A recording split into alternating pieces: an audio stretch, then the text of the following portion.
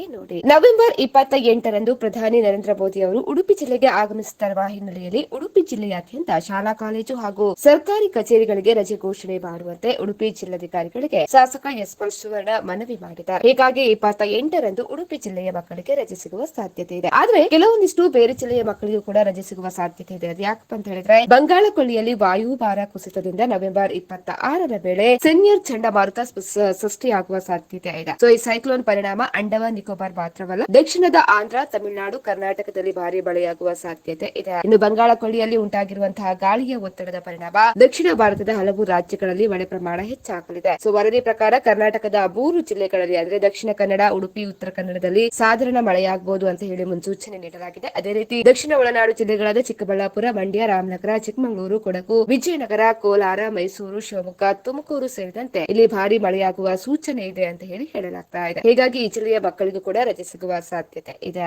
ಇಷ್ಟೊತ್ತು ಸುದ್ದಿ ಕೊಟ್ಟಿದ್ದು ಫೋಜಿಯಾ ಶೇಖ್ ನ್ಯೂಸ್ ಅಂದ್ರೆ ASI TV ತುಮಕೂರು.